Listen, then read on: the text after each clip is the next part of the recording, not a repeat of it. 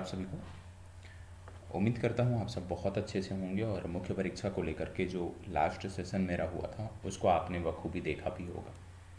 उसी सेशन को हम आगे बढ़ा रहे हैं और आप जानते हैं आज मंगलवार है, शनिवार को आपको एक प्रश्न दिया गया था। प्रश्न क्या था? विद्युत खपत से जुड़ा हुआ यही प्रश्न था जो हमारे सेकेंड लास्ट सेशन में आपने देखा होगा। प्रश्न कह रहा है कि विद्युत खपत की बढ़ती मांग एवं घटते पारंपरिक ऊर्जा स्रोतों के कारण देश वर्तमान में विद्युत ऊर्जा की कमी से जूझ रहा है। इस विकट ऊर्जा मांग को नियंत्रित करने के लिए वर्तमान में विज्ञान और प्रौद्योगिकी द्वारा प्रदत्त माध्यमों का विस्तार से वर्णन कीजिए। ये प्रश्न है, ठीक है, लास्ट सेशन में आपको दिया गया था, जिसमें विशेष रूप से विद्युत ऊर्जा खपत की मांग को लेकर के बात की गई है, जिसमें विशेष रूप से पारंपरिक ऊर्जा स्रोतों की बात की गई है। सबसे पहले मैंने क्या बताया है, स्टेप फर्स्ट क्या होना चाहिए। स्टेप फर्स्ट हमारा होना चाहिए, कोई भी प्रश्न जब हमें मिलता है तो पहले जो कीवर्ड हैं उसको हम अंडरलाइन करते हैं। तो यहाँ पे क्या कीवर्ड नज़र आ रहा है? विद्युत खपत की बढ़ते मांग एवं पारंपरिक ऊर्जा स्रोत, घटते पारंपरिक ऊर्जा स्रोत, ये आपका क्या है? कीवर्ड है। कीवर्ड यहाँ पे क्या आ रहा है? विद्युत ऊर्जा, विद्युत खपत, यहाँ पे जो है ये कीवर्ड आ रहा है। आगे बढ़ते हैं तो बोला जा रहा है वर्तमान में विद्युत ऊर्जा की कमी से देश जूझ रहा है। इस विकट ऊर्जा खपत मांग को नियंत्रित करने के लिए वर्तमान में विज्ञान और प्रौद्योगिकी द्वारा जो प्रदत्त माध्यम हैं उसका वर्णन करना है। तो यहाँ पे जो कीवर्ड थे, जैसे पहले विद्युत खपत की बढ़ती मांग एवं घटते पारंपरिक ऊर्जा स्रोत के कारण की बात हो रही थी, इसको आपने अंडरलाइन कर लिया। और दूसरी तरफ आपने वर्तमान में विज्ञान और प्रौद्योगिकी द्वारा प्रदत्त माध्यमों को अंडरलाइन कर लिया, क्योंकि लास्ट में इसी के आधार पे अपना उत्तर आपको लिखना है। तो फर्स्ट आपका जो स्टेप होता है कि पहले क्वेश्चन को पढ़ना है, क्वेश्चन को रीड करना है मैक्सिमम टाइम, जब तक कि आप उसकी मांग को ना समझ जाएं। दूसरा जो काम आपको करना होता है, दूसरा काम करना होता है कीवर्ड को अंडरलाइन करना, ठीक है, कीवर्ड्स को अंडरलाइन करना, कीवर्ड को अंडरलाइन करना। दूसरा काम होता है कीवर्ड को अंडरलाइन करना। पहला क्वेश्चन को रीड करना, दूसरा कीवर्ड्स को अंडरलाइन करना। जब आपने क्वेश्चन रीड कर लिया, कीवर्ड को आपने अंडरलाइन कर लिया, सारी चीज़ें आपकी हो गई, ठीक है। इसके बाद फिर आपको क्या करना होता है अगले स्टेप में?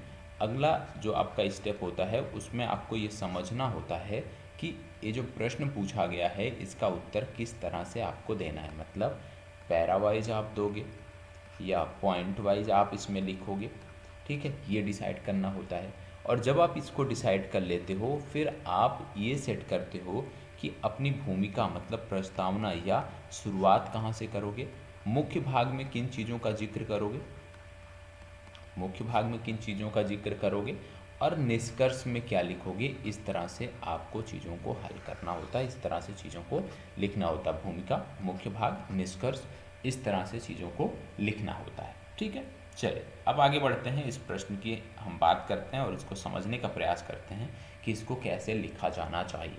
सबसे पहले बात हो रही है भैया विद्युत ऊर्जा की, ठीक है, किसकी बात हो रही है? विद्युत ऊर्जा की बात हो रही है। आप जानते हैं, अब इसकी शुरुआत कहाँ से करोगे, क्योंकि बात हो रही है विद्युत ऊर्जा की, मतलब टॉपिक ये जुड़ा है ऊर्जा से। तो अपनी शुरुआत जो आप करते हो, सबसे पहले ऊर्जा के बारे में आप बताते हुए करते हो कि चाहे वो कोई राष्ट्र हो, ठीक है, चाहे वो कोई प्रांत हो, ठीक है, तो चाहे वो कोई राष्ट्र हो या चाहे वो कोई प्रांत हो, यहाँ तक कि आप ले लीजिए कोई फैक्ट्री ही क्यों ना हो, वो डिपेंड कहाँ पे करती है, वो निर्भर कहाँ पे होती है? वो निर्भर होती है ऊर्जा पे, ठीक है। यदि आपको राष्ट्र का सर्वांगीण विकास चाहिए, यदि आपको उस प्रांत का सर्वांगीण विकास चाहिए, या दूसरे शब्दों में, फैक्ट्री के शब्दों में समझे कि फैक्ट्री को यदि लाभप्रद स्थिति में लाना है, लाभप्रद कंडीशन में बनाना है, तो उसकी जो प्राथमिक मांग है वो क्या है? प्राथमिक मांग उसकी जो है वो है ऊर्जा। बिना ऊर्जा के ना आपका राष्ट्र, ना आपका प्रांत जो है वो सर्वांगीण विकास कर सकता है, और ना ही फैक्ट्री आपकी जो है वो बेहतर आउटपुट आपको दे सकती है। आप जानते हैं कि ऊर्जा को प्रति व्यक्ति आप ये देखे होंगे तो आप जानते हैं ऊर्जा को प्रति व्यक्ति खपत को किसी भी राष्ट्र की प्रगति का सूचक माना जाता है। जो ऊर्जा की बात करते हैं, ऊर्जा को प्रति व्यक्ति खपत प्रति व्यक्ति खपत को किसी राष्ट्र की जो है वो प्रगति का सूचक माना जाता है। मतलब जो किसी भी राष्ट्र का जब हम कैलकुलेशन करते हैं ऊर्जा के स्तर पे कि उस राज्य में जो ऊर्जा उपलब्ध है प्रति व्यक्ति खपत के आधार पे कितनी है, इस आधार पे जब हम बात करते हैं तो हम जब सरप्लस होता है तो हम मानते हैं कि वह राज्य या वह प्रांत प्रगति पर है। तो मतलब कहने का क्या है कि ऊर्जा जो है, ऊर्जा खपत रेशियो जो है वो किसी भी राष्ट्र के, किसी भी राज्य के प्रगति का सूचक है, प्रगति का सूचक माना जाता है। ठीक है। आप जानते हैं विश्व में बहुत सारे देश हैं और विश्व में अभी भी ज़्यादातर देशों में यदि हम बात करें तो उनकी ऊर्जा की आवश्यकताओं की पूर्ति का जो प्रमुख साधन है वो है, प्रमुख साधन कौन सा है, ये है जीवाश्म ईंधन। ठीक है। आज भी बहुत सारे ऐसे विकसित देश भी, जो यहाँ तक कि जो विकसित देश हैं उनको भी यदि हम इसमें ले लें तो वहाँ भी देखने को मिलता है कि उनकी प्रमुख ऊर्जा आवश्यकता जो पूर्ति हो रही है या प्रमुख ऊर्जा आवश्यकता की जो पूर्ति कर रहा है वो जीवाश्म ईंधन ही कर रहा है। जीवाश्म ईंधनों के द्वारा ही उनकी ऊर्जा की आपूर्ति हो रही है। जीवाश्म ईंधनों में क्या क्या आता है, जैसे कोयला आता है, जैसे पेट्रोलियम आता है, जैसे प्राकृतिक गैस आता है। अभी ज़्यादातर देश, विश्व के ज़्यादातर देश, चाहे वो विकसित हों चाहे वो विकासशील हों, ठीक है, वो इसी कैटेगरी में आते हैं। उनकी ऊर्जा आवश्यकताओं की पूर्ति जीवाश्म ईंधन के आधार पर ही हो रही है, जीवाश्म ईंधन के द्वारा ही हो रही है। अभी कुछ लोग हैं, कुछ देश हैं जैसे यूरोप हो गया और कुछ अन्य विकसित देश हैं जो अब लगातार गैर परंपरागत अथवा नवीकरणीय जो ऊर्जा स्रोत है, नवीकरणीय ऊर्जा स्रोत है, उस तरफ आगे बढ़ रहे हैं। गैर परंपरागत अथवा नवीकरणीय ऊर्जा स्रोतों पर आगे बढ़ रहे हैं। नवीकरणीय ऊर्जा स्रोत का मतलब क्या होता है कि जिसका पूर्ण प्रयोग के लिए नवीनीकरण किया जा सकता है। ठीक है, नवीनीकरण किया जा सकता है। वर्तमान समय में जीवाश्म ईंधन के भंडार में आप देख रहे हैं लगातार कमी होती जा रही है और इसके दुष्प्रभाव भी बहुत ज़्यादा देखने को मिल रहे हैं। ठीक है, तो इन्हीं सभी की दृष्टिगत, इन्हीं सभी चीज़ों को देखते हुए, इनकी कमी को देखते हुए, क्योंकि इनकी सीमित मात्रा है, इनके दुष्प्रभावों को देखते हुए विश्व जो है अब वो नवीकरणीय ऊर्जा स्रोतों की तरफ अब बढ़ रहा है। नवीकरणीय ऊर्जा स्रोतों की तरफ झुकाव है और इस तरफ कार्य किया जा रहा है। वर्तमान समय में जीवाश्म ईंधन के भंडार में लगातार कमी हो रही है और उसके कारण जो नवीकरणीय ऊर्जा स्रोतों पर लोग बढ़ रहे हैं, देश बढ़ रहे हैं, इनमें प्रमुख रूप से सौर ऊर्जा की बात हो रही है। ठीक है, इसमें प्रमुख रूप से पवन ऊर्जा की बात हो रही है। ठीक है, इनमें प्रमुख रूप से बायोमास की बात हो रही है। ठीक है, इनमें प्रमुख रूप से ज्वारीय ऊर्जा की बात हो रही है। ज्वारीय ऊर्जा की बात हो रही है। इसमें प्रमुख रूप से भूतापीय ऊर्जा की बात हो रही है। भूतापीय ऊर्जा की बात हो रही है। इसमें प्रमुख रूप से हाइड्रोजन ऊर्जा की बात हो रही है। तो कहने का मतलब है कि देश अब नवीकरणीय ऊर्जा स्रोतों की तरफ बढ़ रहे हैं, जिनमें सौर ऊर्जा, पवन ऊर्जा, बायोमास, ज्वारीय ऊर्जा, भूतापीय ऊर्जा और हाइड्रोजन ऊर्जा की तरफ इनका झुकाव लगातार बढ़ रहा है। भारत की यदि हम बात करें, देखो क्यों बोला जाता है कि करंट अफेयर्स महत्वपूर्ण है। अब इस प्रश्न में यदि आप करंट के डाटा को समाहित कर दोगे ना तो आपका उत्तर और उत्कृष्ट हो जाएगा। क्या डेटा समाहित करना है अभी उस तरफ हम बात करेंगे। जैसे जान रहे होंगे कि भारत सरकार लगातार यदि हम बात करें तो जो गैर परंपरागत स्रोत हैं, नवीकरणीय ऊर्जा जो स्रोत हैं, उस तरफ उसका झुकाव आपको देखने को मिलता है। आप जानते हैं भारत सरकार ने अभी हाल ही में ऊर्जा मिश्रण में गैस की हिस्सेदारी, जो नवीकरणीय ऊर्जा स्रोतों से मिलने वाली ऊर्जा है या आप कह लीजिए ऊर्जा मिश्रण में जो गैस की हिस्सेदारी है, इसको 2030 तक 15% बढ़ाने का लक्ष्य रखा है और भारत को ये गैस आधारित अर्थव्यवस्था बनाना चाहते हैं। 2030 तक भारत को ये गैस आधारित अर्थव्यवस्था बनाना चाहते हैं। कैसी अर्थव्यवस्था? गैस आधारित अर्थव्यवस्था बनाना चाहते हैं। आप जानते हैं विश्व की चौथी सबसे बड़ी पवन ऊर्जा क्षमता जो है वो भारत के पास है। विश्व की चौथी सबसे बड़ी पवन ऊर्जा क्षमता जो है वो भारत के पास है। और भारत सरकार ने COP26 के बारे में यदि आपको याद होगा, भारत सरकार ने COP26 में ये प्रतिबद्धता जाहिर की है कि वर्ष 2030 तक भारत जो है गैर जीवाश्म ऊर्जा स्रोतों से 500 गीगावाट, गैर जीवाश्म ऊर्जा स्रोतों से 500 गीगावाट बिजली क्षमता स्थापित करेगा। ठीक है, 500 गीगावाट बिजली क्षमता कब तक? 2030 तक। ये कहाँ पे भारत सरकार ने प्रतिबद्धता जाहिर की? COP26 में ये प्रतिबद्धता भारत सरकार ने जाहिर की कि 2030 तक हम 500 गीगावाट बिजली क्षमता, विद्युत ऊर्जा क्षमता गैर नवीकरणीय स्रोतों से जो है बिजली क्षमता जो है ये आप कह सकते हो कि नवीकरणीय स्रोतों से इसको हम बनाएंगे, मतलब गैर जीवाश्म ईंधनों से इसको बनाएंगे। ये आपको याद रखना है।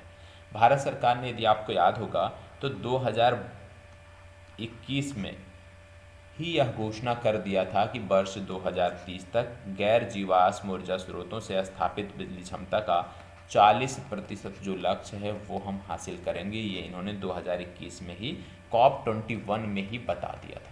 COP21 में ही ये प्रतिबद्धता भारत सरकार ने बता दिया था। ठीक है, भारत सरकार ने अपने राष्ट्रीय स्तर पर जो निर्धारित कार्यक्रम है जिसको बोलते हैं NDCs, इसके हिस्से के रूप में COP21 में इस लक्ष्य हेतु प्रतिबद्धता जाहिर की थी। तो ये चीज़ें आपको याद रखना है। COP26 की जैसे हमने बात की तो वहाँ पे 500 गीगावाट की बात की गई है 2030 तक।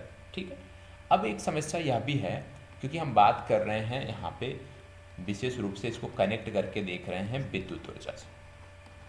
ठीक है, और आप देख रहे होंगे कि आजकल यदि इलेक्ट्रिक वाहनों की तरफ भारत सरकार का झुकाव है, इलेक्ट्रिक वाहनों की तरफ लगातार बढ़ावा दिया जा रहा है, इनको सब्सिडी दी जा रही है। लेकिन आज की ये सच्चाई है कि ये जो इलेक्ट्रिक वाहन हैं इनकी संख्या यदि बहुत ज़्यादा हो गई तो कहीं ना कहीं इनडायरेक्टली हम पर्यावरण प्रदूषण को बढ़ाएंगे। क्यों बढ़ाएंगे? क्योंकि अभी तक हमारी जो ऊर्जा क्षमता है ज़्यादातर किस पे निर्भर हैं? हम ज़्यादातर हम जीवाश्म ईंधनों पर निर्भर हैं। और यदि हम अपनी विद्युत ऊर्जा के लिए जीवाश्म ईंधनों पर निर्भर हैं तो यदि इलेक्ट्रिक जो व्हीकल हैं यदि उनकी संख्या बढ़ेगी, इलेक्ट्रिक वाहनों की संख्या बढ़ेगी, तो इनके लिए विद्युत हम कहाँ से देंगे? इनको चार्ज कहाँ से करेंगे?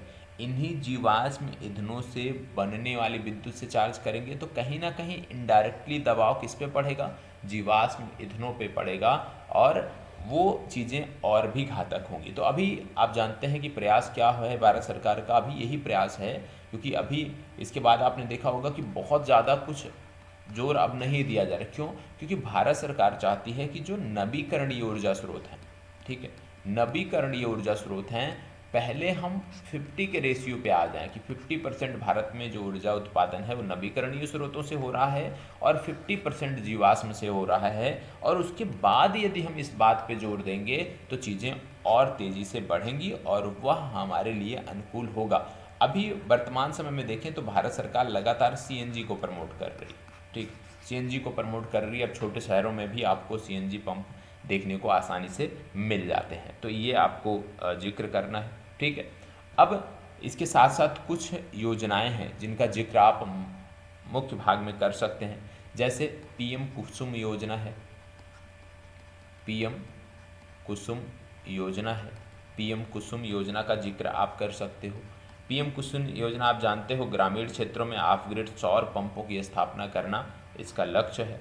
ठीक है, इसके साथ साथ आप जानते हो कि सौर पार्क योजना, सौर पार्क योजना में क्या है कि मार्च 2022 तक 40 गीगावाट क्षमता की के साथ सौर पार्कों और अल्ट्रा मेगा सौर ऊर्जा परियोजनाओं को विकसित करना है। इसके बाद रूफ टॉप सोलर प्रोग्राम है, रूफ टॉप सोलर प्रोग्राम है। और इसकी भी शुरुआत हुई है। फिर आपने सुना होगा hydrogen mission. Hydrogen mission hydrogen mission आप जानते हैं प्रधानमंत्री ने राष्ट्रीय हाइड्रोजन मिशन की शुरुआत की और भारत को हाइड्रोजन उत्पादन एवं निर्यात के एक वैश्विक केंद्र के रूप में स्थापित करने की बात की। फिर आप जानते हैं अंतर्राष्ट्रीय सौर गठबंधन हमारी मुहिम है ही, तो हम लगातार इस दिशा में काम कर रहे हैं। गैर जीवाश्म ईंधन वाले जो स्रोत हैं उन पे लगातार हम काम कर रहे हैं और उस दिशा में लगातार हम आगे भी बढ़ रहे हैं और इसी की बदौलत है कि आज हम चौथे स्थान पे आते हैं। इसमें पवन ऊर्जा क्षमता में हम विश्व में चौथे स्थान पर आते हैं। तो भारत सरकार लगातार इस दिशा में प्रयास कर रही है, लेकिन हमारा प्रश्न क्या कह रहा है? हमारा प्रश्न है कि विद्युत खपत की बढ़ती मांग एवं घटते पारंपरिक ऊर्जा स्रोतों के कारण देश वर्तमान में विद्युत ऊर्जा की कमी से जूझ रहा है। इस विकट ऊर्जा खपत मांग को नियंत्रित करने में विज्ञान एवं प्रौद्योगिकी द्वारा प्रदत्त माध्यमों का वर्णन करना है। तो अब आ जाइए विज्ञान और प्रौद्योगिकी द्वारा। ये तो इतनी जो चर्चा हुई, जो भी कहानी यहाँ पे आपने सुना, इन सभी कहानी को आप मध्य भाग में लिख सकते हो। ठीक है, कि नवीकरणीय ऊर्जा, सबसे पहले आप बताओगे कि भाई ऊर्जा की ज़रूरत किसी देश को क्यों होती है। ठीक है, ऊर्जा की ज़रूरत क्यों होती है किसी देश को, और यहाँ पे आप नवीकरणीय ऊर्जा स्रोत और जीवाश्म ऊर्जा स्रोत, इन दोनों के बारे में दो दो पंक्ति लिख दोगे तो ये आपकी प्रस्तावना एक प्रकार से हो जाएगी। इसके बाद आपको आ जाना है और मध्य भाग में एक भाग में आपको लिखना है नवीकरणीय ऊर्जा हेतु भारत सरकार द्वारा उठाए गए कदम, जिसमें आप जिन मिशनों का भी हमने जिक्र किया, जैसे पीएम कुसुम योजना हो गया। ठीक है, पीएम कुसुम योजना हो गया, सौर पार्क योजना हो गया, रूफटॉप सोलर प्रोग्राम हो गया, हाइड्रोजन मिशन हो गया, इन सब का आप जिक्र कर सकते हैं। तो मुख्य भाग आपका कंप्लीट हो जाएगा। अब इसके बाद आते हैं मुख्य भाग के सेकेंड पार्ट में। मुख्य भाग जो है इसका द्वितीय पार्ट जो है इस पर आते हैं। द्वितीय पार्ट क्या कहता है? द्वितीय पार्ट में विशेष रूप से आपसे बताना है कि वर्तमान में विज्ञान और प्रौद्योगिकी द्वारा जो दिए गए माध्यम है, विज्ञान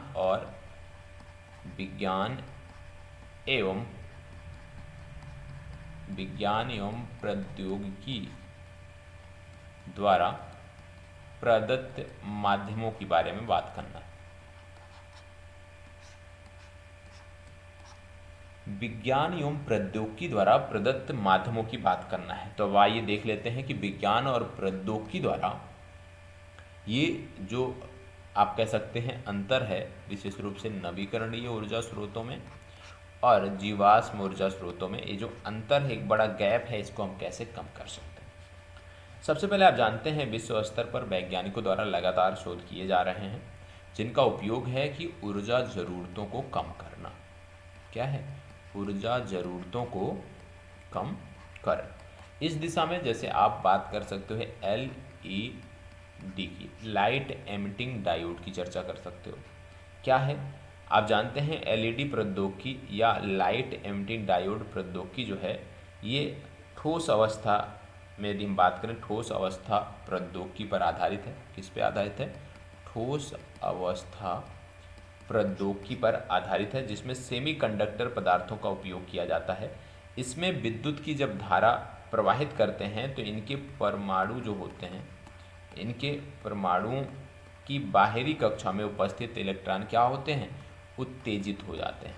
ठीक है, उत्तेजित हो जाते हैं और ये पदार्थ चालक की भांति व्यवहार करना प्रारंभ कर देते हैं। किसकी भांति? चालक की भांति व्यवहार करना प्रारंभ कर देते हैं, जिससे कम ऊर्जा खपत में ही हमें प्रकाश ऊर्जा के रूप में ज़्यादा ऊर्जा की प्राप्ति होती है। तो कहने का मतलब है कि हमें LED का प्रयोग कर सकते हैं। जहाँ पे हम साधारण बल्ब का प्रयोग करते थे वहाँ LED का प्रयोग कर देंगे तो खपत जो है वो कम हो जाएगी। खपत कम होगी तो मांग भी कम रहेगी।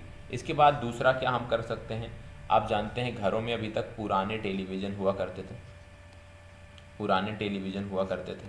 अब LED आधारित टेलीविज़न आ गए हैं।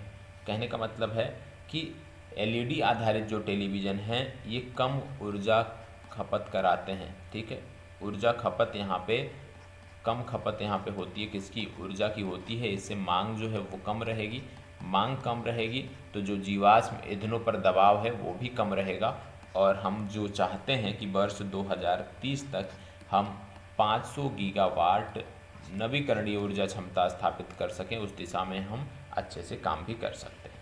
इसके साथ साथ अगला क्या है, कार्बनिक एलईडी का उपयोग। कार्बनिक एलईडी का उपयोग, कार्बनिक एलईडी का उपयोग, कार्बनिक एलईडी का उपयोग आप जानते हैं कि कार्बनिक एलईडी या इसी को बोलते हैं ऑर्गेनिक लाइट एमिटिंग डायोड, इसका उपयोग करने से आप जानते हैं कि भविष्य में आने वाली ऊर्जा समस्याओं का जो है वो समाधान किया जा सकता है। तो इसके अतिरिक्त बहुत सारी अन्य आज के समय में प्रौद्योगिकियां हैं जिनके माध्यम से जो मांग है उसको कम किया जा सकता है, उसको कम किया जा सकता है। आप दो चार का जिक्र कर सकते हैं। आप जानते हैं कि आज की स्थिति ये है, अब ये तो आपका हो गया कि जो सेकंड भाग में बोला गया है कि विज्ञान और प्रौद्योगिकी द्वारा प्रदत्त माध्यमों के माध्यम से आपको बताना है, उसकी चर्चा हो गई। अब बात आती है निष्कर्ष की। आप जानते हैं कि हम कुल ऊर्जा ज़रूरतों का लगभग अभी भी 70% क्या है, आयात करते हैं। ठीक है, हम नेपाल से विद्युत आयात करते हैं, हम भूटान से विद्युत आयात करते हैं। नेपाल और भूटान प्रमुख देश हैं जिससे हम विद्युत का आयात करते हैं, विद्युत ऊर्जा आयात करते हैं।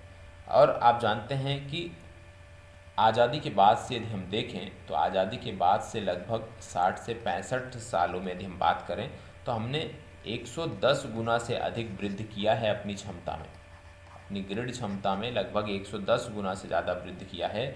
लेकिन इसके साथ साथ हमारी जनसंख्या भी तो बढ़ रही है, और जनसंख्या बढ़ने के कारण मांग भी बढ़ रही है, जिसके कारण जो नवीकरणीय ऊर्जा स्रोत का हमारा लक्ष्य है वो अभी पूरा नहीं हो पा रहा है, क्योंकि अभी हम ज़्यादा फोकस इस पे भी हम अपना फोकस कर रहे हैं कि कैसे जो हमारी मांग है उसको जीवाश्म ईंधनों से पूरा किया जाए। ठीक है, यदि यहीं पे अभी ये मांग कम हो जाती तो हम 100% अपना जो फोकस था वो गैर जीवाश्म ईंधनों पर करते और उस लक्ष्य को हम 2030 से पहले भी अचीव कर सकते थे। लेकिन अभी दोनों में सामंजस्य बनाकर चलना पड़ रहा है, इसी वजह से समस्याएं आ रही हैं।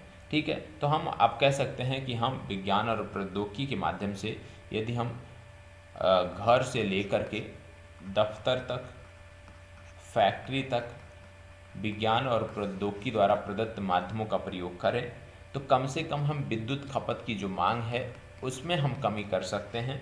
और इसी के साथ साथ जब हम कमी करेंगे तो हम अपना पूरा का पूरा फोकस नवीकरणीय ऊर्जा स्रोतों पर लगा सकते हैं, और इस कमी के साथ हम पर्यावरण को भी सुरक्षित रख सकते हैं। साथ ही साथ भारत सरकार ने जो विभिन्न वैश्विक मंचों पर अपने लक्ष्य को बताया है कि किस प्रकार से वो कार्बन उत्सर्जन की दिशा में कटौती कर रहे हैं, और जो भी इस तरह के अन्य पर्यावरणीय लक्ष्य हैं उस दिशा में भी हमें सकारात्मक परिणाम मिलेगा। तो इसी के साथ ही ये उत्तर आपका समाप्त हो जाता। बहुत ज़्यादा कुछ इसमें नहीं लिखना था, लेकिन हाँ, प्रश्न अच्छा था। यदि आप बहुत अच्छे से लिखते, थोड़ा सा दिमाग लगाते तो आप इसमें कुछ ना कुछ लिख सकते थे, लेकिन आपकी तरफ से कोई उत्तर अभी इसका नहीं मिला है। तो प्लीज़ इसको अच्छे से लिखिए और इसको शेयर करिए, और प्रयास रहे कि जो प्रश्न जिस दिन दिया जाए उसी दिन उसका उत्तर आप हमें सबमिट करें, तब जाके चीज़ें और भी बेहतर रहेंगी। अब अगला प्रश्न जो है जिसका उत्तर कल आप लिखकर हमें सबमिट करोगे, कहने का मतलब अभ्यास प्रश्न है, उसकी हम बात कर लेते हैं। अभ्यास प्रश्न कल के लिए है, वर्तमान सरकार एक दूसरा प्रश्न, क्योंकि आज हमने इलेक्ट्रिक वाहनों की भी थोड़ी सी चर्चा की थी, ये भी एक मेजर टॉपिक है तो इसकी बात हम कर लेते हैं। प्रश्न है, भारत सरकार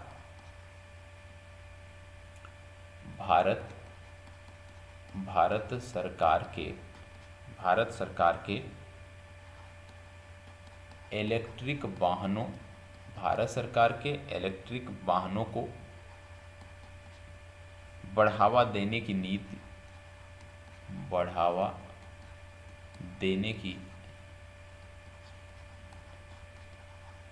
नीति को आप किस प्रकार से देखते हैं? आप किस प्रकार से देखते हैं? भारत सरकार के इलेक्ट्रिक वाहनों को बढ़ावा देने की नीति को आप किस प्रकार से देखते हैं? इतने प्रयासों के बाद भी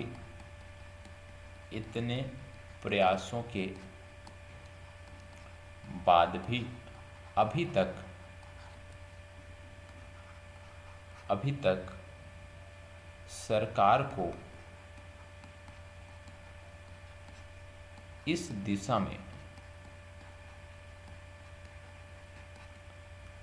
दिशा में अपेक्षित सफलता क्यों नहीं मिल पाई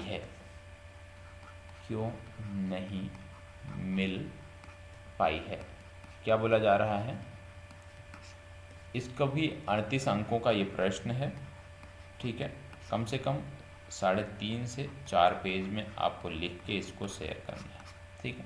समय इसमें चाहे जितना लीजिए, समय की कोई लिमिट नहीं है, क्योंकि अभी आप प्रारंभिक स्तर पे हैं, तो यहाँ पे समय की कोई लिमिट नहीं है। आप कॉपी करके, नकल करके, रट्टा मार के इसको लिख सकते हैं, कोई इशू नहीं है। तो याद रखिएगा क्या बोला जा रहा है। भारत सरकार के इलेक्ट्रिक वाहनों को बढ़ावा देने की नीति को आप किस प्रकार से देखते हैं? इतने प्रयासों के बाद भी अभी तक सरकार को इस दिशा में अपेक्षित सफलता क्यों नहीं मिल पाई है? भारत सरकार के इलेक्ट्रिक वाहनों को बढ़ावा देने की नीति को आप किस प्रकार से देखते हैं? अब इसमें कई सारी नीतियां हैं, याद रखिएगा, जो इलेक्ट्रिक वाहनों को बढ़ावा देने के लिए बनाई गई थी, उनमें से 1 से 2 का जिक्र आप कर सकते हो। राज्यों के स्तर पे अलग से नीतियां बनाई गई हैं, उनमें से यदि किसी के बारे में जानकारी है तो 1 से 2 का जिक्र कर सकते हो, ठीक है। और आप यह बताओगे इलेक्ट्रिक वाहन होते क्या हैं, इनको लेकर के आप बाकायदा जिक्र करोगे। अब इसके बाद बताना है कितने प्रयासों के बाद भी अभी तक सरकार इस दिशा में अपेक्षित सफलता क्यों नहीं हासिल कर पाई, मतलब इलेक्ट्रिक वाहनों की दिशा में सरकार को सफलता क्यों नहीं मिल पाई। क्या ऐसे बाधाएं हैं जिसके कारण लोगों का झुकाव इलेक्ट्रिक वाहनों की तरफ नहीं हो पा रहा है जैसा कि सरकार चाहती है, उसका जिक्र यहाँ पर आपको करना है। तो उम्मीद करता हूँ आप बखूबी इसका लिखकर उत्तर शेयर करोगे और कल इस प्रश्न का डिस्कशन किया जाएगा। कब किया जाएगा? रात्रि 8 बजे इसका डिस्कशन आपको देखने को मिलेगा। चलिए बढ़ते हैं आगे। आप जानते हैं कि इस सेशन में इसके अलावा हम बिहार राज्य विशेष को देखते हैं। पिछले दिनों हमने बिहार राज्य विशेष के एक टॉपिक की चर्चा किया था, जो कि था बिहार स्टेट। आप जानते हैं बिहार राज्य विशेष स्टार्टिंग यहीं से होती है। अब यहीं पे कुछ प्रश्न थे, क्योंकि पहला टॉपिक हमने कंप्लीट कर लिया था, तो उन प्रश्नों को हम देख लेते। जैसे राज्यों के निर्माण के क्रमानुसार झारखंड राज्य का क्रम क्या है? राज्यों के निर्माण के क्रम में झारखंड राज्य का निर्माण का क्रम क्या है? 26वां, 28वां, 27वां, 29वां। इसका जवाब कमेंट बॉक्स में आपको आ रहा है तो देते जाइएगा। आप जानते हैं सबसे पहले 1 अप्रैल वर्ष 1936 को क्या हुआ? 1 अप्रैल वर्ष 1936 को बिहार क्या हुआ? पृथक हुआ। बिहार पृथक हुआ। किससे बिहार पृथक हुआ? ओडिशा से, ठीक है। फिर आगे के घटनाक्रम आपको देखने को मिलते हैं 15 नवंबर 2000। 15 नवंबर 2000 को क्या हुआ कि बिहार का जो दक्षिणी भाग था, बिहार का जो दक्षिणी भाग था, दक्षिणी भाग के 46% भाग को पृथक कर दिया गया और इसको 28वें राज्य के रूप में मान्यता दी गई, ठीक है। 28वें राज्य के रूप में मान्यता दी गई, ठीक। ये आपको पता होना चाहिए। अगला है बिहार की भौगोलिक अवस्थिति के संदर्भ में निम्नलिखित में से सत्य कौन से हैं? चलिए, बिहार की भौगोलिक अवस्थिति के बारे में बात हो रही है। आप जानते हैं कुछ इस तरह से भारत का मैप, भारत की अवस्थिति यहाँ पे आपको देखने को मिलती है। मतलब भारत पूरी तरह से कहाँ पे स्थित है, यदि हम देखें तो उत्तरी अक्षांशों पर स्थित है, उत्तरी गोलार्ध में है, ठीक। उत्तरी अक्षांशों पर देखने को मिलता है और पूर्वी देशांतर में देखने को मिलता है। तो जहाँ जहाँ पूर्वी देशांतर है अक्षांशीय विस्तार में, यदि हम बात करें क्या है ये, निम्नलिखित में से कौन से सत्य हैं? तो यहाँ पे यदि आप देख रहे होंगे तो विस्तार दिया गया है कि उत्तरी अक्षांश से इतना उत्तरी अक्षांश तक, जबकि सच्चाई क्या है कि बिहार का जो विस्तार देखने को मिलता है वो 24 डिग्री 20 मिनट 10 सेकेंड उत्तरी अक्षांश से उत्तरी अक्षांश से 27 डिग्री 31 मिनट 10 सेकेंड उत्तरी अक्षांश तक देखने को मिलता है। ठीक है। देशांतरीय बात करें जब हम, तो 83 डिग्री 19 मिनट 15 सेकेंड से लेकर के 88 डिग्री 17 मिनट 40 सेकेंड तक देखने को मिलता है। ये इसका क्या है, ये है देशांतरीय विस्तार। ठीक है, ये हो गया आपका देशांतरीय विस्तार और ये आपका हो गया अक्षांशीय विस्तार। ठीक है, ये अक्षांशीय विस्तार हो गया, ये देशांतरीय। अब देखो जब हम अक्षांशीय विस्तार की बात कर रहे हैं तो यहाँ पे देशांतरीय विस्तार भी देखें 85 से दिया है, गलत है।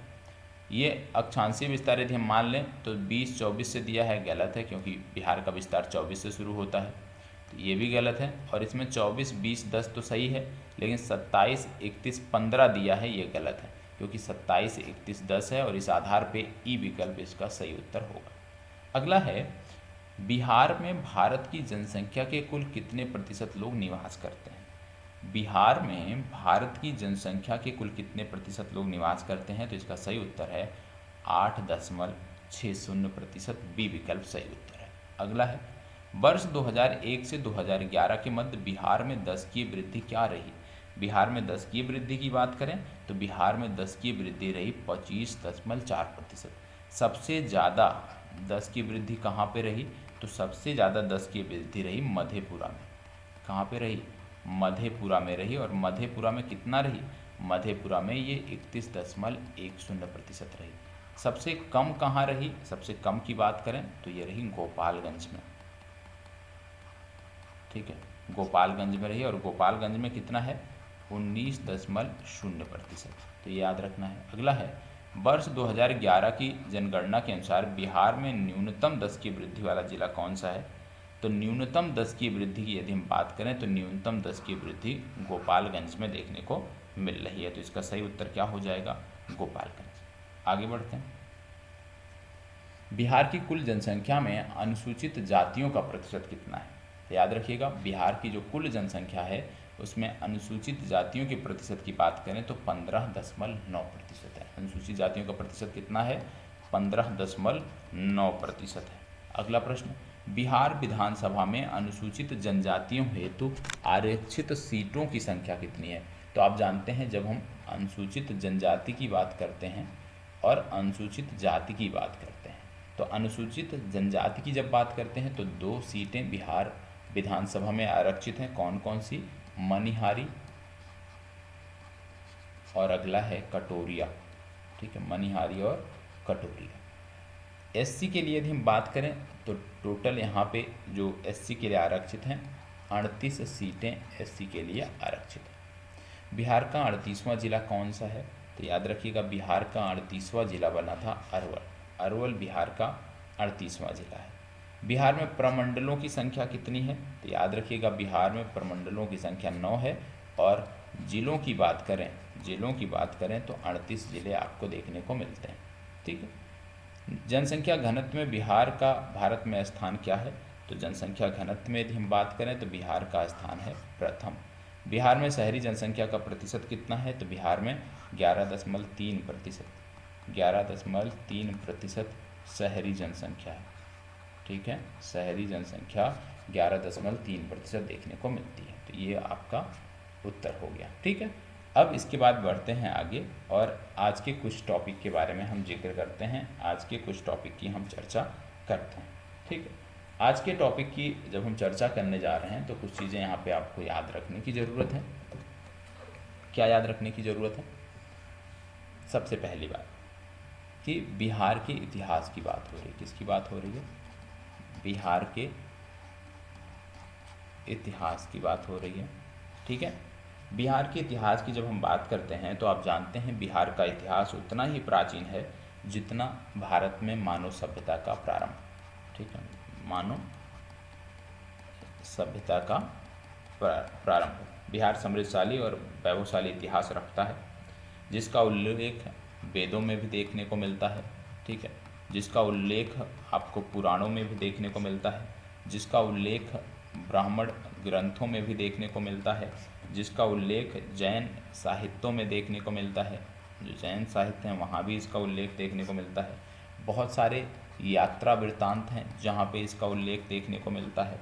बहुत सारे संस्मरण है जहाँ पे इसका उल्लेख देखने को मिलता है। तो बहुत जगहों पर इसका उल्लेख देखने को मिलता है। और जब हम बात करते हैं तो सर्वप्रथम ऋग्वेद में बिहार का उल्लेख मिलता है। सर्वप्रथम कहाँ पे मिलता है?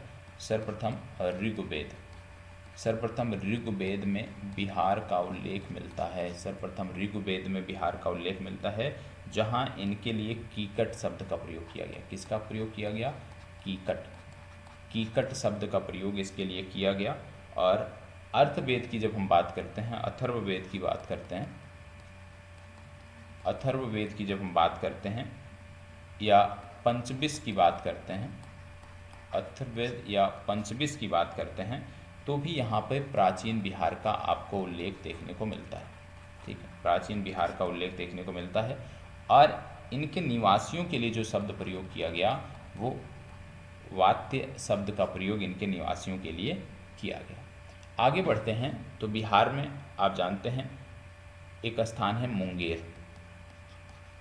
ठीक है, बिहार में मुंगेर से पूरा पाषाण, बिहार में मुंगेर से पूरा पाषाण एवं मध्यकालीन मध्य पाषाण कालीन उपकरण प्राप्त हुए हैं। मुंगेर से क्या क्या मिला है? पूरा पाषाण और मध्य पाषाण कालीन उपकरण मिले हैं। ठीक है, चिरांद की बात करूं, एक स्थान पड़ता है बिहार में चिरांद स्थान की बात करें, सारण से संबंधित है, तो 9 पाषाण युगीन वस्तुएं प्राप्त हुई हैं। कहाँ से? 9 पाषाण युगीन वस्तुएं जो है यहाँ पे प्राप्त हुई हैं। इसके साथ साथ चेचर की बात करूँ, मैं चेचर की बात करूँ, वैशाली चेचर की बात करूँ तो चेचर हो गया, मनेर हो गया, ठीक है, मनेर पटना हो गया, सोनपुर हो गया, सोनपुर सारण हो गया। ठीक है, इसके साथ साथ एक स्थान और याद रख लीजिएगा, सेनुआर या रोहतास। ठीक है, तो चाहे चेचर की बात कर लीजिए, चाहे मनेर की, चाहे सोनपुर की या सेनुआर की बात कर लीजिए, यहाँ से ताम्र पाषाण कालीन, याद रखिएगा, ताम्र पाषाण कालीन वस्तुएं प्राप्त हुई हैं। ताम्र पाषाण कालीन वस्तुएं आपको यहाँ से देखने को मिलती हैं। ठीक है, तो चेचर, मनेर, सोनपुर और सेनुआर यहाँ से क्या प्राप्त हुई हैं? यहाँ से ताम्र पाषाण कालीन वस्तुएं प्राप्त हुई हैं। ये आपको याद रखने की ज़रूरत है। तो इतनी चीज़ें आपको याद रखना है, इन चीज़ों से आपकी चीज़ें बेहतर होंगी। ठीक है, इन चीज़ों से आपकी चीज़ें बेहतर होंगी। और आजकल ये प्रीलिम्स में पूछे जा रहे हैं, प्रीलिम्स में इनके बारे में जानकारी पूछी जा रही है, तो इसको याद रखने की ज़रूरत है। ठीक है, अब जैसे इसके आगे यदि हम बढ़ें, मान लीजिए ताम्र पाषाण कालीन के आगे यदि हम बढ़ते हैं तो कुछ चीज़ें और आपको याद रखने की ज़रूरत है। 10 मिनट का आपका और सेशन है, 10 मिनट में आपका ये सेशन समाप्त हो जाएगा। तो 10 मिनट और तन्मयता के साथ जुड़ें। अब इसमें यदि हम बात करें तो कुछ चीज़ें आपको और याद रखने की ज़रूरत है। क्या याद रखने की ज़रूरत है? जैसे 9 पाषाणिक स्थल की बात करें, 9 पाषाण कालीन उपकरण की बात करें या 9 पाषाणिक उपकरण की यदि मैं बात करूं, 9 पाषाणिक उपकरण की मैं बात करूं तो 9 पाषाणिक उपकरण कहाँ से मिले हैं? भीम बांध, याद रखिएगा, भीम बांध हो गया। ठीक है, भीम बांध के साथ साथ, भीम बांध है कहाँ पे? ये मुंगेर में आपको देखने को मिलता है। भीम बांध के साथ साथ केऊर आता है। केऊर कहाँ पे है? ये गया में देखने को मिलता है। तो 9 पाषाणिक उपकरण की बात करें तो भीम बांध हो गया, केऊर हो गया, यहाँ से आपको देखने को मिलते हैं। साथ ही साथ सेनुआर हो गया, सेनुआर से भी 9 पाषाणिक उपकरण देखने को मिले हैं। चेचर आता है, चेचर वैशाली, यहाँ से भी 9 पाषाणिक उपकरण देखने को मिले हैं। कुतुबपुर, याद रखिएगा, कुतुबपुर है, यहाँ से भी 9 पाषाणिक उपकरण देखने को मिले हैं। चिरांद है, चिरांद से भी 9 पाषाणिक उपकरण देखने को मिले हैं। ठीक है, तो ये 9 पाषाणिक उपकरण जहाँ से मिले हैं ये आपको याद रखना है। इसके बाद आपको देखने को मिलता है ताम्रपाषाण। ताम्रपाषाण कालीन। ठीक है, ताम्रपाषाण कालीन की जब हम बात करते हैं तो याद रखिएगा कि वैशाली से, कहाँ से, वैशाली से ताम्रपाषाण कालीन काले एवं लाल मृदभाण प्राप्त हुए हैं, तथा बक्सर हो गया, ठीक है, चिरांद हो गया, यहाँ से उत्तरी काले चमकीले मृदभाण प्राप्त हुए हैं। क्या मिले हैं? उत्तरी काले चमकीले मृदभाण। ठीक है, और वैशाली से यदि मैं बात करूं तो लाल मृदभाण प्राप्त हुए, काले लाल मृदभाण प्राप्त हुए हैं। तो इसको याद रखना है, ताम्रपाषाणी कालीन, और साथ ही साथ बक्सर और चिरांद को भी याद रखना है कि यहाँ से उत्तरी काले चमकीले मृदभाण प्राप्त हुए हैं, और वैशाली से बात करें तो काले लाल मृदभाण प्राप्त हुए हैं। ठीक है, ये आपको याद रखने की ज़रूरत है क्योंकि स्थलों के बारे में पूछा जाता है। और जो शनिवार को आपका टेस्ट होता है, शनिवार को जो टेस्ट होता है, अब टेस्ट में आपके ये जो वीकली आपका सेशन होगा, ये जो वीकली सेशन होगा, यहाँ से क्वेश्चन रखे जाएंगे, यहाँ से प्रश्न आपको देखने को मिलेंगे। आगे बढ़ते हैं। फिर आप देखते होंगे विभिन्न बौद्ध साहित्यों के बारे में, चाहे वो अगंतुर निकाय है, ठीक है, बहुत सारे बौद्ध साहित्य हैं, जैसे अगंतुर निकाय हो गया। अगंतुर निकाय के बाद दीर्घ निकाय है, दीर्घ निकाय, ठीक है। इसके बाद विनय पिटक है, विनय पिटक है। विनय पिटक के बाद सुत्त पिटक है,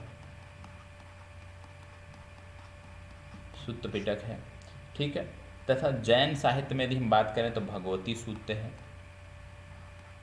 भगवती सूत्र है, ठीक है। यहाँ से बौद्ध, चाहे वो बौद्ध धर्म हो, चाहे वो बौद्ध धर्म के ग्रंथ हो, चाहे जैन धर्म के ग्रंथ हो, यहाँ से बिहार के संदर्भ में जानकारी मिलती है, ठीक है। तो ऐसा नहीं है कि सिर्फ और सिर्फ बौद्ध साहित्यों से ही बिहार के बारे में जानकारी मिलती है। इसके अलावा आपको देखने को यहाँ मिल रहा होगा भगवती सूत्र, मतलब जैन जो साहित्य हैं वहाँ से भी आपको बिहार के बारे में जानकारी मिलती है, ये आपको याद रखना है। भारत में यदि हम बात करें तो आप जानते हैं सर्वप्रथम 600 ईसा पूर्व में संगठित राज्यों की स्थापना हुई, और इन संगठित राज्यों को हमने नाम दिया महाजनपद, ठीक है। और महाजनपदों के संदर्भ में यदि हम बात करें, सबसे पहली चर्चा जो देखने को मिलती है वो देखने को मिलती है अगंतुर निकाय में और भगवती सूत्र में। तो यदि आपसे प्रश्न बन जाए कि महाजनपदों के बारे में सबसे पहली चर्चा कहाँ देखने को मिलती है, तो वो भगवती सूत्र और अगंतुर निकाय में देखने को मिलती है, ये आपको पता होना चाहिए। प्राचीन काल में यदि हम देखें तो 16 महाजनपदों की बात होती है, 16 महाजनपदों की बात प्राचीन काल में होती है। और आप जानते हैं जिनमें से 3 महाजनपद, इन 16 में से 3 महाजनपद की बात करें, कौन कौन से? मगध, ठीक है, मगध के बाद वज्र, और अगला कौन सा है? अंग। तो मगध, अंग और वज्र का जो संबंध था ये बिहार से था। तो 16 महाजनपदों में किन महाजनपदों का संबंध बिहार से था? वो थे मगध, वज्र और अंग, ये आपको याद रखना है, ठीक है। जैन ग्रंथ जो है भगवती सूत्र जो है, जिसकी अभी हमने चर्चा की, भगवती सूत्र में वैशाली के विरुद्ध मगध साम्राज्य के द्वारा उपयोग में लाए गए अस्त्रों शस्त्रों का जिक्र देखने को आपको यहाँ पे मिलता है। इसके साथ साथ आप जानते हैं कि प्राचीन बिहार के संदर्भ में जो जानकारी मिलती है वो विदेशी यात्रियों से भी मिलती है। कहाँ से मिलती है? विदेशी यात्रियों से मिलती है। और जब हम विदेशी यात्रियों के बारे में बात करते हैं, इनके विवरणों के बारे में बात करते हैं, तो इनका नाम हमें पता होना चाहिए, किस शासक के समय काल में आए हैं वो पता होना चाहिए, क्योंकि यहाँ से भी प्रश्न बनते हैं। जैसे यदि हम बात करें मेगस्थनीज, जो कि प्रमुख, जब हम विदेशी यात्रियों की चर्चा करते हैं तो उनमें प्रमुख नाम आता है मेगस्थनीज, ठीक है, मेगस्थनीज, ठीक है। दूसरा यदि हम बात करें फाहियान, तीसरा यदि मैं बात करूं ह्वेनसांग, ये 3 प्रमुख नाम हैं जिनके बारे में आपको पता होना चाहिए। मेगस्थनीज की बात करें, यूनानी यात्री था और चंद्रगुप्त मौर्य के दरबार में ये आया था, ठीक है, चंद्रगुप्त मौर्य के दरबार में ये आया था, ये आपको पता होना चाहिए। इसके बाद यदि हम बात करें आगे, तो आप जानते हैं चंद्रगुप्त मौर्य के दरबार में जब मेगास्थनीज आया था तो यह क्या बन के आया था? सेनापति जो सेल्यूकस निकेटर था सिकंदर का, उसका दूत बनकर ये आया था। और मेगास्थनीज ने अपनी भारत यात्रा का जो विवरण था एक पुस्तक में लिखा, उस पुस्तक का नाम था इंडिका, और आप मेगास्थनीज की इंडिका के नाम से जानते हैं। इसके बाद आपको देखने को मिलता है फाह्यान के बारे में। फाह्यान की बात करें तो गुप्त शासक हुआ करते थे जिनका नाम था चंद्रगुप्त द्वितीय। यहीं पे कन्फ्यूजन होती है, चंद्रगुप्त द्वितीय। चंद्रगुप्त द्वितीय के दरबार में फाह्यान जो है ये आया था, और फाह्यान एक चीनी यात्री था, ये आपको पता होना चाहिए। और एक अन्य चीनी यात्री आया था जिसका नाम था वेनत्सांग, और ये हर्षवर्धन के समय काल में आया था। किसके समय काल में आया था? हर्षवर्धन के समय काल में आया था, और जिसने अपनी यात्रा वृत्तांत में नालंदा विश्वविद्यालय के बारे में विस्तार से वर्णन किया था। इसके बाद हम बात कर लें 7वीं सदी की। यदि मैं 7वीं सदी की बात करूं तो 7वीं सदी में एक और चीनी यात्री आया जिसका नाम था इत्सिंग। क्या नाम था? इत्सिंग। और इत्सिंग भारत आया था, और इसके यात्रा विवरण से भी बिहार के बारे में महत्वपूर्ण जानकारियाँ मिलती हैं। बिहार के इतिहास के संदर्भ में तिब्बती इतिहासकार थे जिनका नाम था लामा तारानाथ। लामा तारानाथ की भी पुस्तक है जो बौद्ध धर्म का इतिहास एवं संध्यांकर नंदी की रचना रामचरितमानस से महत्वपूर्ण जानकारी मिलती है, तो इनका भी नाम याद रखने की ज़रूरत है। इसके साथ साथ जब हम आगे बढ़ते हैं और 6ठी शताब्दी ईसा पूर्व की तक आते हैं, 6वीं शताब्दी